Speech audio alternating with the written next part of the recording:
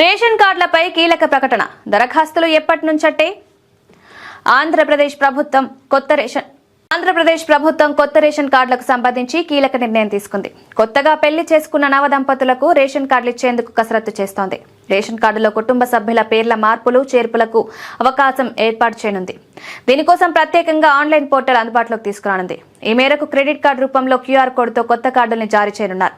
కొత్త రేషన్ కార్డుల దరఖాస్తులు జనవరి చివరి వారం, ఫిబ్రవరి మొదటి వారంలో ప్రారంభిస్తామంటున్నారు. పౌర సరఫరాల శాఖ మంత్రి నాదెండ్ల మనోహర్.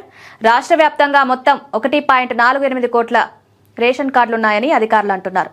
నవదంపతుల నుంచి దరఖాస్తులు సుమారు 70,000, కుటుంబ సభ్యుల మార్పు చేర్పులు కలిపితే 2 లక్షల రేషన్ కార్డులు ఇవ్వాల్సి వస్తుందని అంచనా వేస్తున్నారు. మొత్తం రేషన్ కార్డులు సుమారు 1.5 కోట్లకు చేరుతుందంటున్నారు. కూటమి ప్రభుత్వం అధికారంలోకి వచ్చి 6 నెలలు దాటిపోయింది. ఈ క్రమంలో కొత్తగా పెళ్లి చేసుకున్న జంటలు కుటుంబ సభ్యుల పేర్ల మార్పుకు అవకాశం రాలేదు. ఈ రేషన్ కార్డులకు ప్రభుత్వ పథకాలకు లింక్ ఉండడంతో ఎంతో మంది కొత్త కార్డుల కోసం ఎదురు చూస్తున్నారు. గత ప్రభుత్వ హయాంలో రేషన్ కార్డులపై వైఎస్ఆర్సీపీ జంట రంగులు, జగన్ ఫోటో ఉండడంపై విమర్శలొచ్చాయి. కూటమి ప్రభుత్వం కొత్త కార్డులపై పార్టీలకు సంబంధించి ఎలాంటి రంగులు, ఫోటోలు ఉండవని చెప్పింది. కొత్త రేషన్ కార్డుని సరికొత్త డిజైన్ చేయించారు. చూడడానికి ఈ కార్డులు క్రెడిట్ కార్డులా ఉంటాయి. క్యూఆర్ కోడ్తో స్కాన్ చేస్తే కుటుంబ వివరాలు తెలిసేలా కార్డుని రూపొందించారు.